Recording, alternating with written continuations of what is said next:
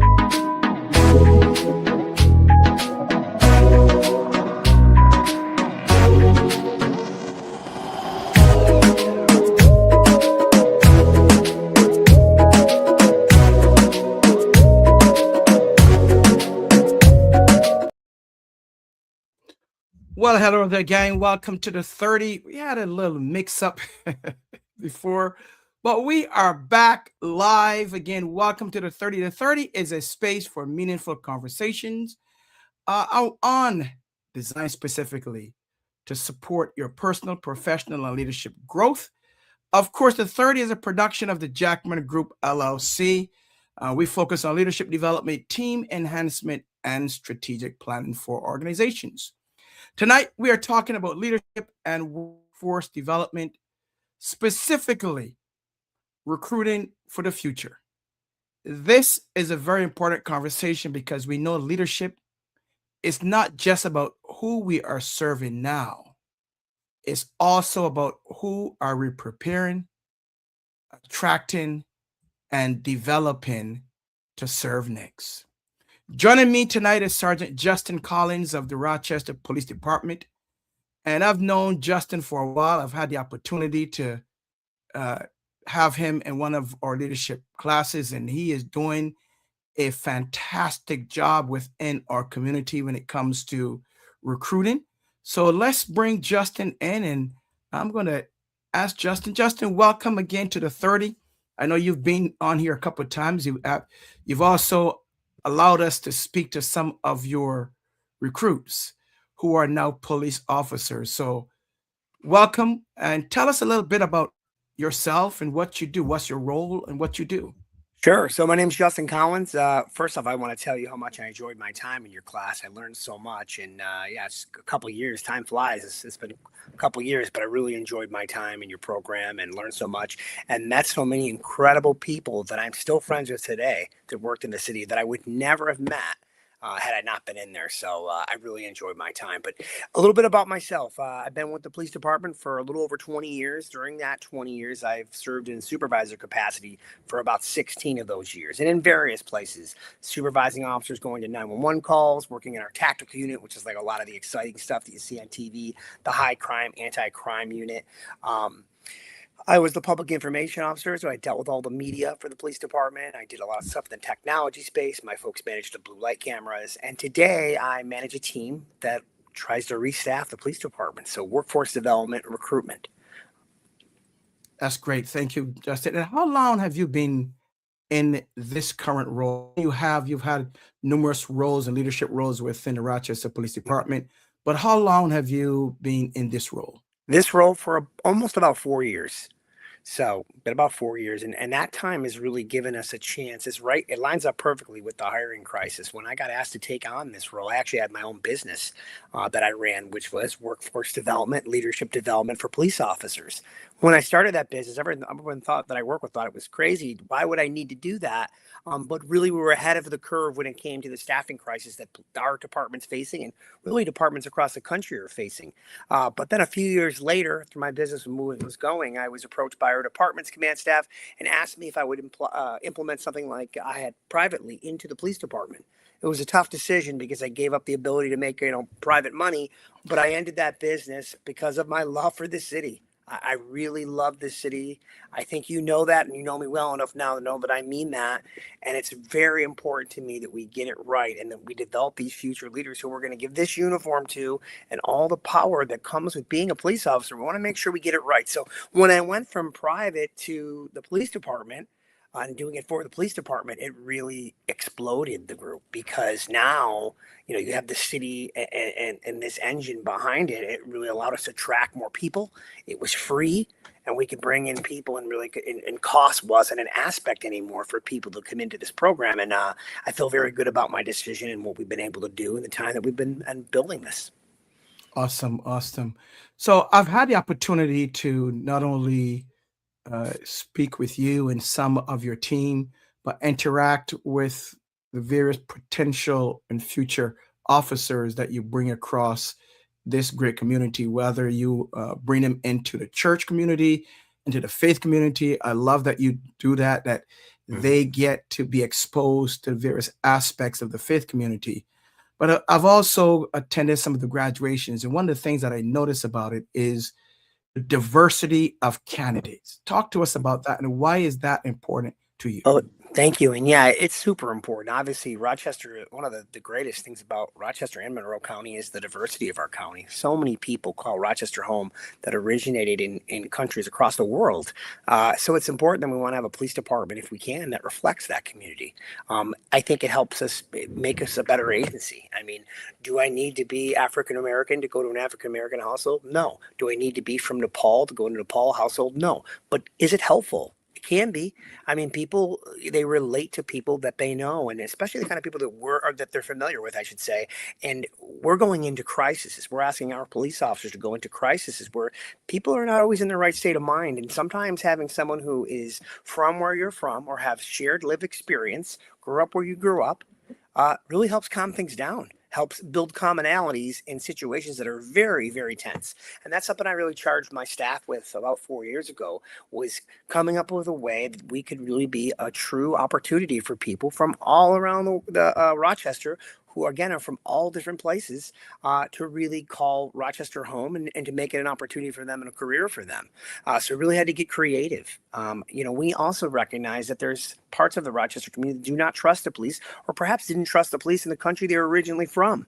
And that's important too, to bring down those bring down those walls. And I think we know as leaders, the only way you can truly do that is by being consistent, and getting the people to trust you takes listening, takes consistency. I need to be the same person that I am right here when I'm talking to you, when I'm not talking to you, when I'm with a different group of people, or when I'm with a different group, or when I'm out doing whatever. I need to be that person, because if you want people to trust you, you've got to make yourself trustworthy. You got to be honest, consistent, mature, emotionally intelligent. Those four pillars are things that I ask my staff that I currently have helping me build this. And I ask everybody who comes through our pipeline programs. Those things are key if you're going to be a future Rochester police officer and going to succeed in this profession. You said pipeline programs. So let's talk about that. How many programs are there? Right now, there are five. You've been to the adult graduation program, where we take adults 19 to 43 years old, and they'll sign up for the police exam. And, this is something that's pretty awesome. I mean, now the process is pretty similar across the country, but how Rochester is unique and how we're leading the way, and we actually were nationally recognized by the League of Cities for this, is that when people sign up, we stay engaged with them. Immediately, our officers would bring them into our program. We'll meet with them every other week in person, and then we'll meet with them virtually virtually weekly to keep tabs on our candidates and to make sure they're hitting their milestones as they go through this year-long process, written exam, physical agility, and so on. But the other part that's really great and really the backbone of this group is the community engagement piece. I mean, we hear that word community engagement thrown around. We hear, the community policing, but we live it here. I mean, our folks, I ask them to do 6 hours a week, these folks that are pursuing this job. And by the time someone gets through our program, they'll do a couple hundred hours. And I have them volunteering, and my team has them volunteering with vulnerable populations, whether at the Boys and Girls Club, whether they're dealing with refugees and new Americans, whether they're dealing with my folks from Delphi Rise with people battling drug addiction, or just endless groups, the Salvation Army, you name it. Our folks are out there engaging with community that they're going to want to one day serve. And it's really important that these future leaders, these future law enforcement professionals, don't just get a view of the city that they get maybe from some of the headlines they might read in the paper or stuff they might see on the news, because that's not always accurate. There's so many amazing people that live in our city, that live in our community, and then we have a few people that do the wrong thing, and those people ultimately, if things can't get corrected, they're going to go to jail. But there's hundreds of thousands of great people, and it's important that we expose our future officers who we're going to give this power to, expose them to those people. And some of these people, again, might be in bad situations, but it doesn't make them bad people. But if you're only getting one viewpoint, and again, when they get on the job, they're just going to go to 911 calls where things are going bad. Let's get them in environments where they can really learn what the city's about. And we think on long term that's going to make us an even better police department. As far as some of our other programs you mentioned, we have our adult program. Then we have our Police Explorer Post. Now, this is 14 to 18 years old. Now, years and years ago, is predating me, we had Explorer Post. And I think it came back briefly and it went away. And for my time here, and for the most part, I think generally people view Explorer Post and teen programs as kind of like a vanity project or a PR piece. But that's really where most police departments, in my interpretation, are missing it. Because an Explorer Post with teenagers that you're bringing in, you're meeting with as a group and helping develop them and showing them the ins and outs of your police department is not a PR piece. It's not a vanity piece. It's honestly the missing link to get yourself out of a staffing crisis. You have to think strategically long term how to build your organization back. And right now we have a waterfall of people reaching 20 years and leaving. We need to create a reverse waterfall. And that is, we know there are people in our city and our community that want to be police officers, Patrick, but at some point in time, whether it's the news, whether it's people getting in their ear, or whether it's just poor decisions, or maybe it's decisions to do other things that maybe they want to be an officer, but they moved on, we're not keeping them. We're relying on other institutions solely to send us police officers. And while we have some great partnerships with other institutions who help us, it's not bearing enough fruit. So we really had to get into the youth business. And we started to do that. And my team that runs the Explorers is doing a phenomenal job. But we're already up to, I think, 25 young folks. It's just been going for about 6 months, but it's growing. And again, these are teens that are 14 to 18 from around our community. And we're really giving them an inside look of what the police department's about, what the city's about. But that is, when it's grown to its fullest extent, is going to be that reverse waterfall. When these young people are 18, 19, and now they're knocking at the police department's door, and we've had them in our group, our pipeline, for a few years, patience is going to be needed. But once it hits, once it starts bearing fruit, it's going to be incredible. Another thing that we've got that, again, I don't know if it's ever existed here, but we're creating, and it does exist in other police departments, is a teen academy.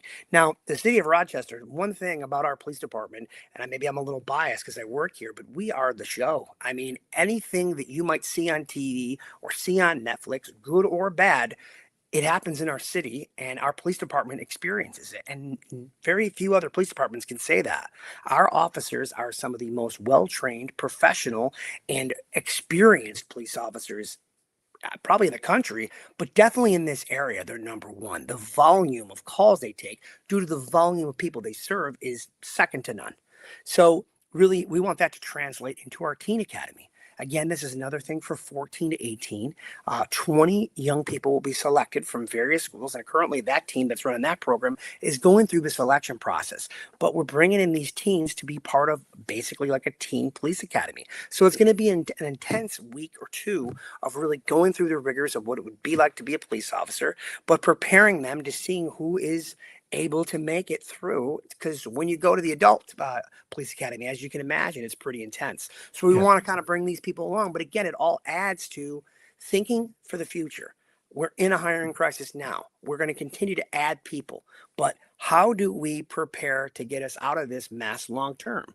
Because if we keep adding 15 and 20 people, but each year we're losing 30 people to retirement, I'm no math expert, but we're going to lose this battle, and that's Yeah. what we're having. So we've got to think also, how do we keep young people interested and keep them wanting to serve the city? So all three of my teams that are managing these programs are working together. They all have the same vision, and honesty, maturity, consistency, and emotional intelligence. That's what we're looking for, and shepherding that through these years to get folks to the ultimate place, which is to wear this uniform and serve the city proudly. The next program I want to mention is our Skill Bridge program, and it's we're Mhm. super proud of this program. It's a partnership that, as far as I'm aware, and one of my officers told me the other day, that we are the only department in the in New York State that's involved in this program. And what that is a partnership with the Department of Defense, where folks that are in the military, whether it's the Army, the Navy, the Air Force, the Marines, I even think Space Force is in there, people transitioning out of service, before they leave, they have to declare 6 months prior to leaving that they're leaving.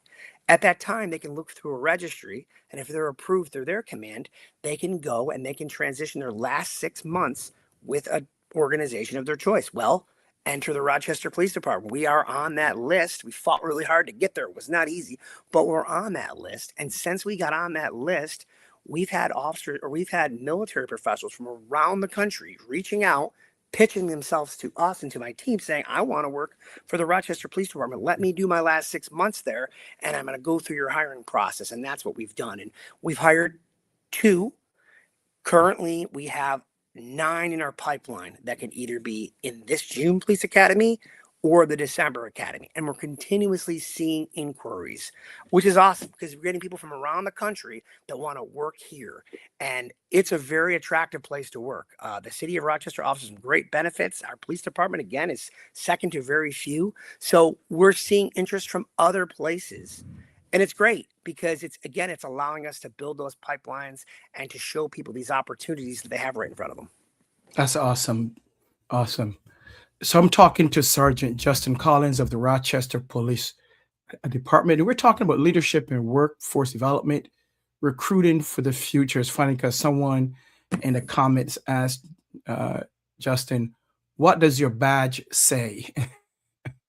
Oh, my badge says sergeant. Okay, That's my rank here, is I'm a sergeant. So I'm a right. supervisor, police officers. That- Yep. That's that's that's good.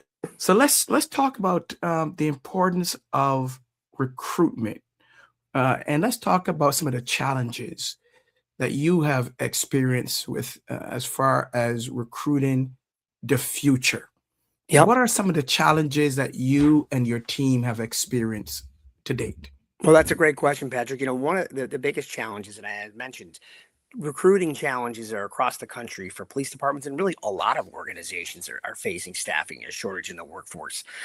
We didn't used to have to do that. We have a mentality still a little bit in our department that we're still operating in like an abundance era, where we used to have thousands of people who would line up at our door and we barely had to recruit. That's not in the era that we're in right now. We have to work hard to go out and find these candidates. And then once we get them, we have to develop them. Some of the challenges that we face are, policing is one of the only professions that something could happen in California or something could happen in Minneapolis, and the entire profession is basically put in a box and says, "So you do that too. You're bad." Now, the city of Rochester had its share of challenges, and I think we saw that a few years back, where people were not happy with some of the services. And I think if you listen, there's always truth. When there is people that are telling you things, there's pieces of truth to everything, right? People are going to have their opinions, but ultimately the community was telling them that they wanted different services. And I think in leadership, if you listen and you do more listening than you do talking, you're going to figure things out.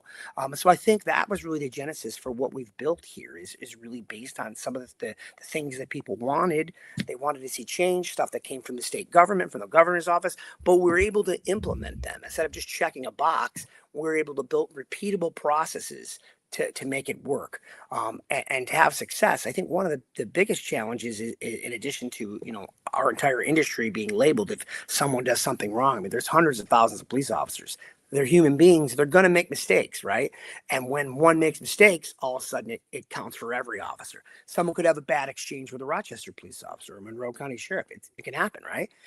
Not every police officer is perfect. Not all police officers are good, right? Just like not all doctors are good, and so on. Hmm. But don't label the entire police department off one bad exchange, because we're all unique individuals.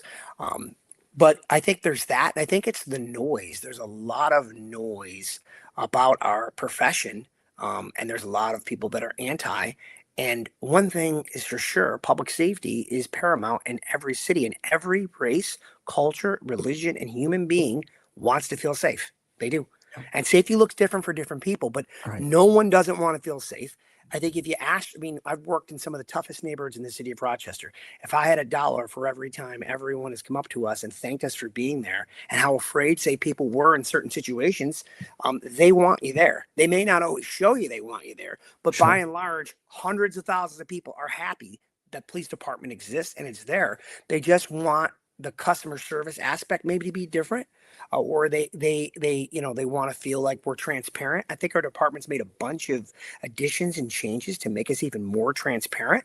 But I think, yeah, the noise, blocking out some of the noise. We're not great marketers in the Rochester, in any police department, and we've got to work on that to tell our story, because other people will tell it for you, and it might not always be the story you want to be told, because it may not be true. Sure. Now, you've mentioned some of your areas that you're focusing on: teens, young adults. And I know that all organizations, well, not all, majority of organizations, majority of sectors are having to deal with the generations: Hmm. Gen Z, millennials, Gen X. And some of those generations are not the same as it used to be, Hmm. right? For sure. What are some of the things that younger people that you are encountering, what are they looking for? Let's say Gen Zers, what are they looking for as far as law enforcement?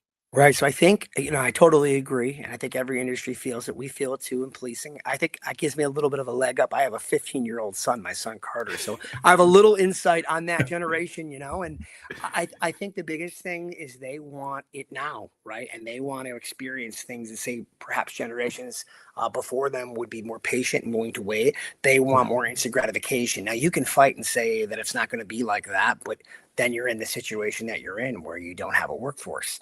So you've got to kind of adapt. And I could say one way that we've adapted is like we things that would have been, well, we'll do that in year number 2, or we'll do that in month number 6. So we did mock traffic stops the other day where we had some of our officers come out and teach people just the basics. Now, we don't get as deep as we do in a police academy with the explorers, but none of this is trade secrets. You could go online and learn all the tips and tricks to doing traffic stops online. Kids have information at their fingertips. If they want to learn about things, they can learn. So really escalating things and teaching young people things that perhaps would have been, we can't do that years ago. We're accelerating things, using more real speech to people, being more direct. I think the kids appreciate that. Our ability in our adult program, another example is our adult program. We do a hybrid. So we meet our folks at the police academy every other week for our check-in, but we also do, we use a social media app to connect with them virtually. So mm, that's another thing that this generation wants, that type of access, which gives all my officers that are primary recruiters have access to work cell phones. So recruits are able to get instant access and message them, which is something you would have never been able to do years ago when I started. So having more of that real-time interaction and questions helps build relationships with Gen Z. And that's something that sure. I've set up for my staff and something that we do. And again, it took some getting used to, I think, at first when we did it, but it's paid dividends for us with our relationships with our future officers. Awesome. Great job. Let's look at the community, because you said that this is an important aspect of what you do as it relates to recruiting. What are some of the things that the potential officers or those that are in workforce development, what are some of the community activities that you are involved with, you and your team? So thank you. So yeah, right off the bat, we have our Faith Link program, which I know that we've been out a couple times to see you folks, and we're all over.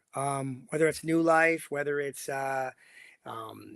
Baber, we're all First Genesis. We're at houses of worship. We've gone to synagogues, temples. We've been close now to 100 different houses of worship, and we Wow. bring our future officers out there. Been doing this for a couple years. We think it's so important. Again, it can't just be a box check. Policing and the responsibility and the power that they have is too high of a stake. And we saw with what occurred in Minneapolis with George Floyd, right?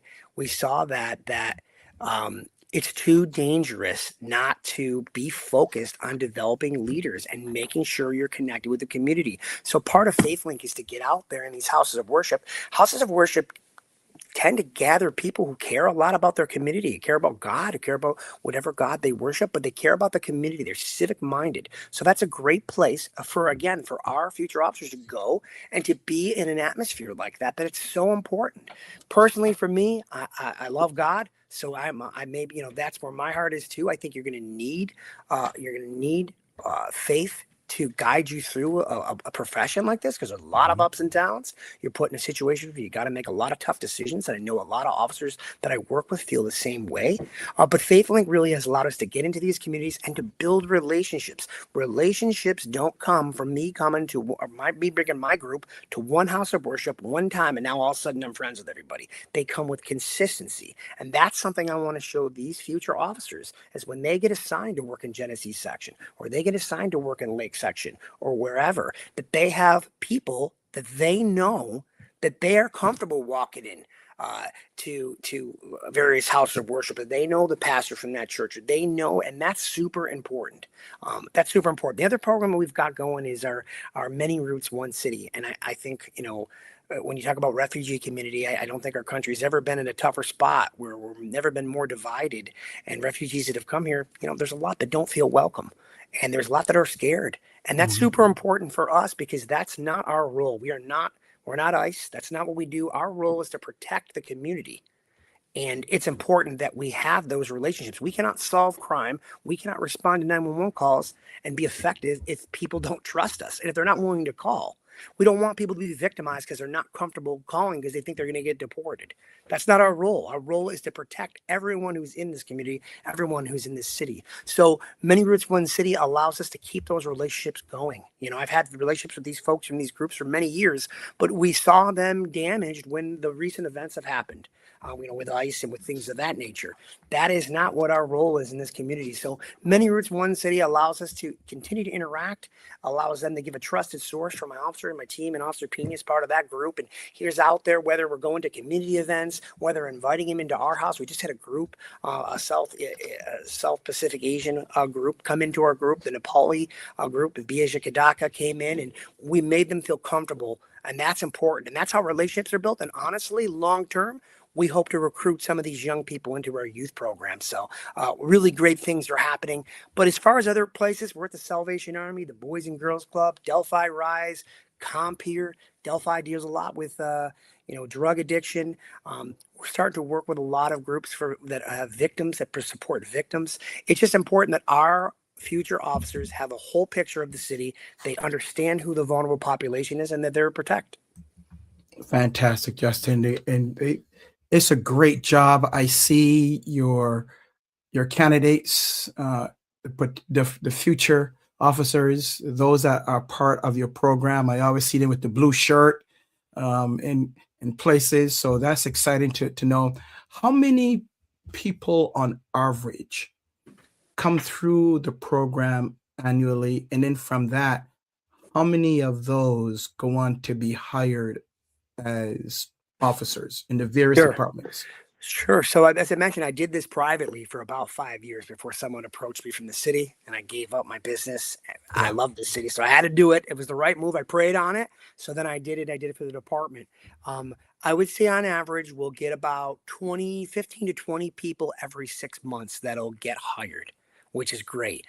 That sounds great. We should have a 700-person department, but we're losing, 25, so to retirement each year. So we're just keeping up. Going through the program, we have a few hundred that'll go through the program every year. Some go to other police departments. So Monroe County Sheriff's has taken a bunch of our folks, which we're happy because it's keeping them in the law enforcement profession. Sure. Greece PD, University of Rochester Public Safety, some of the local towns and villages will come through. So we have, like I said, about 20 or so every 6 months, so around 40 or 45 a year will come through our program and get hired. But what's really beautiful is since I've done it privately, which is the same program, just a lot bigger now with RPD, we're over 500 people that have come through this program who have done the things that we talked about. They're now serving in some capacity, whether it's the Rochester Police Department, Monroe County Sheriff's, or any of these surrounding agencies. So there's quite a few people, like I said, over 500 now that have come through this program. They're all alumni. A lot of them come back for the graduation, for the future graduation. I love to see them. But they're out there serving, and they're serving with an open heart and doing the right thing. Fantastic. When is the next graduation, and when is the next sign up for your program, as well as to apply for the RPD? Great. Yep. So the next graduation is actually Monday, June 15th at the Public Safety Building. As you know, we make it a community affair. Policing is about customer service, and the customers are the community. And that's something, a mentality that everyone in our group knows, all my staff knows, and everyone inside this workforce development program knows. So June 15th at the Public Safety Building, it's going to start usually starts about 5:30. It'll last about 30, 35 minutes, but it's a very festive event. We're very proud of the people who are taking the next step. And like I said, it gets a great crowd.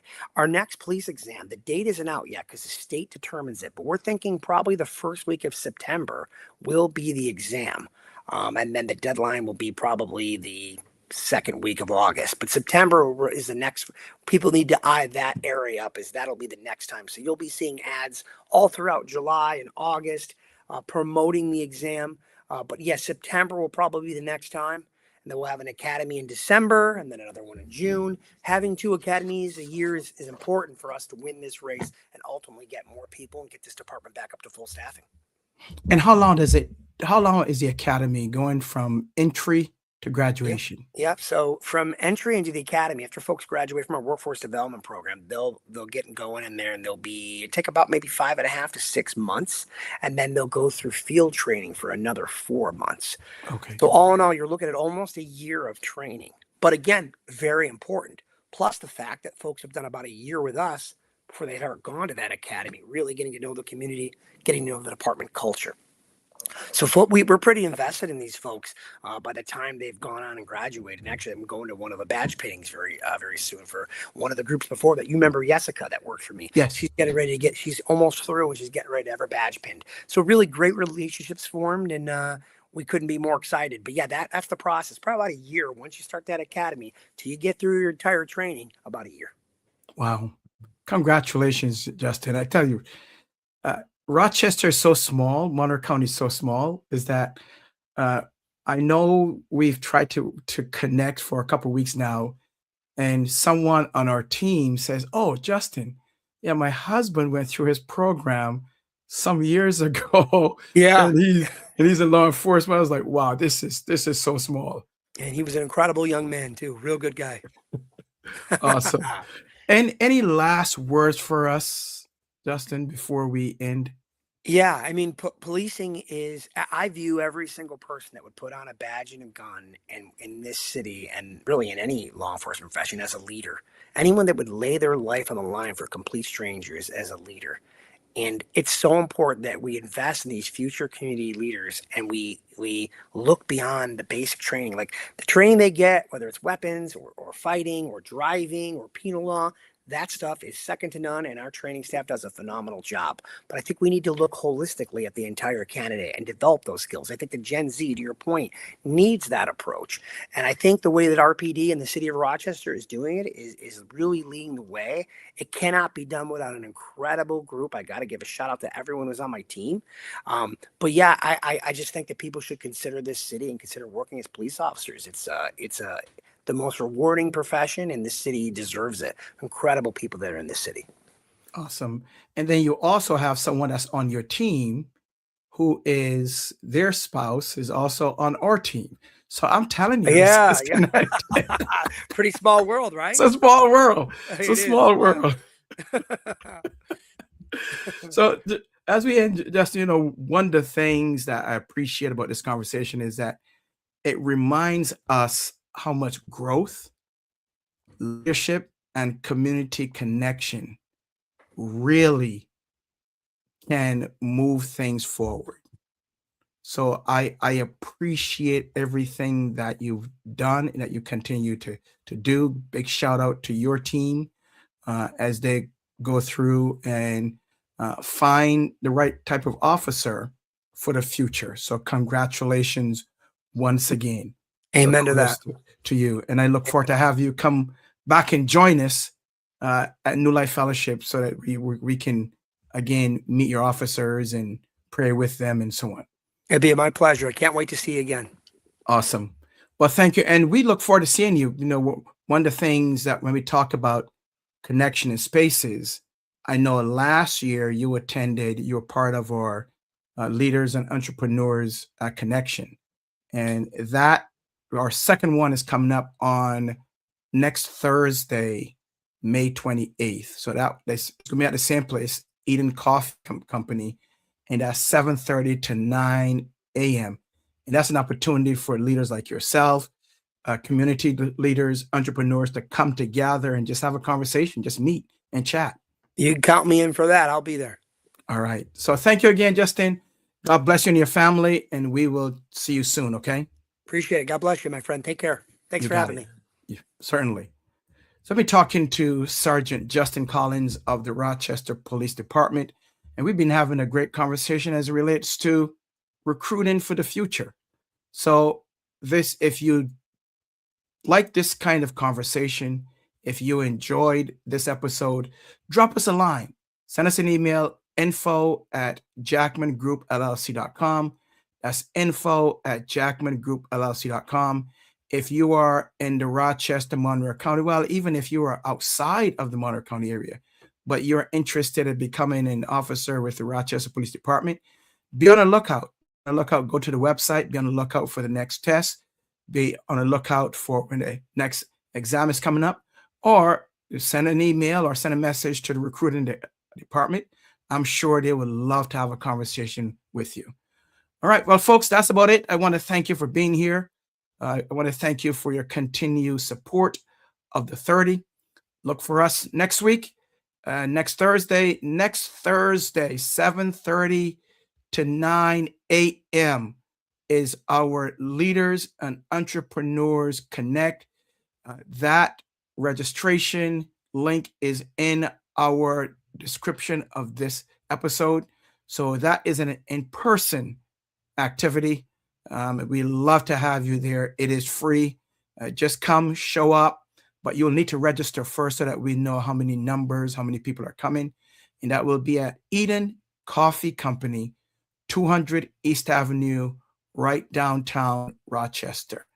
That's it. Thank you. We look forward to having you on the next episode of the 30. May God bless you and your family. Peace out.